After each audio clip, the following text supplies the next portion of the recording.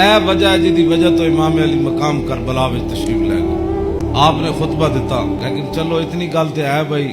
ہور نے تے دی فوج نے آپ دا خطبہ سنیا تے صحیح نہ جی، اے نہیں کیا بھائی تواڈے گل کرن تے بھی پابندی، امام علی مقام نو نہ روکیا ضرور ہے لیکن گل کرن تے پابندی نہیں لائی۔ آپ نے فرمایا سنو، میں نے اپنے آقا و مولا کو فرماتے ہوئے کیا سنا؟ آپ نے فرمایا جس آدمی نے ظالم بادشاہ کا زمانہ پایا،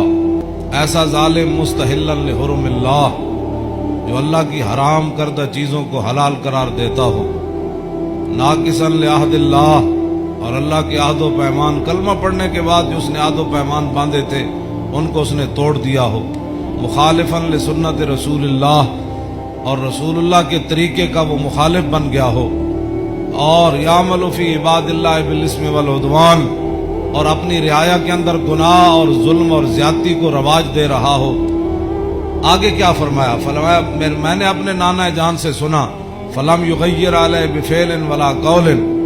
اور اس وقت آدمی جو طاقت رکھتا ہو وہ اپنے ہاتھ کے ذریعے اور اپنی زبان کے ذریعے اس ظالم کا اس نے راستہ نہ روکا اور وہ خاموش بن کے حالات کے مطابق اپنی زندگی بسر کرتا رہا، تو فرمایا میرے نانا جان نے فرمایا کان حقا علی اللہ، اللہ رب العالمین اس بات پر قادر ہے کہ وہ اس ظالم کے ساتھ خاموش رہنے والوں کو بھی سزا دے دے۔ اگلی گل آپ نے فرمایا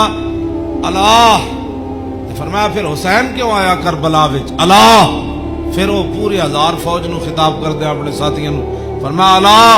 وَإِنَّ هَؤُلَاءِ قَدْ لَزِمُوا طَاعَةَ الشَّيْطَانِ، فرمایا یزید دے یارہ نے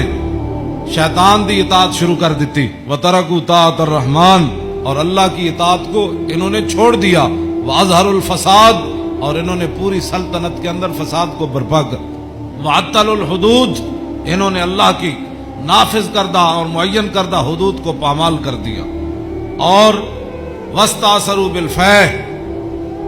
اور انہوں نے قومی خزانے کو لوٹ کر یہ کھا گئے، لوٹ کر کھا گئے قومی خزانے۔ وَاسْتَأْثَرُوا، آپ نے یہ لفظ فرمایا قیامت تک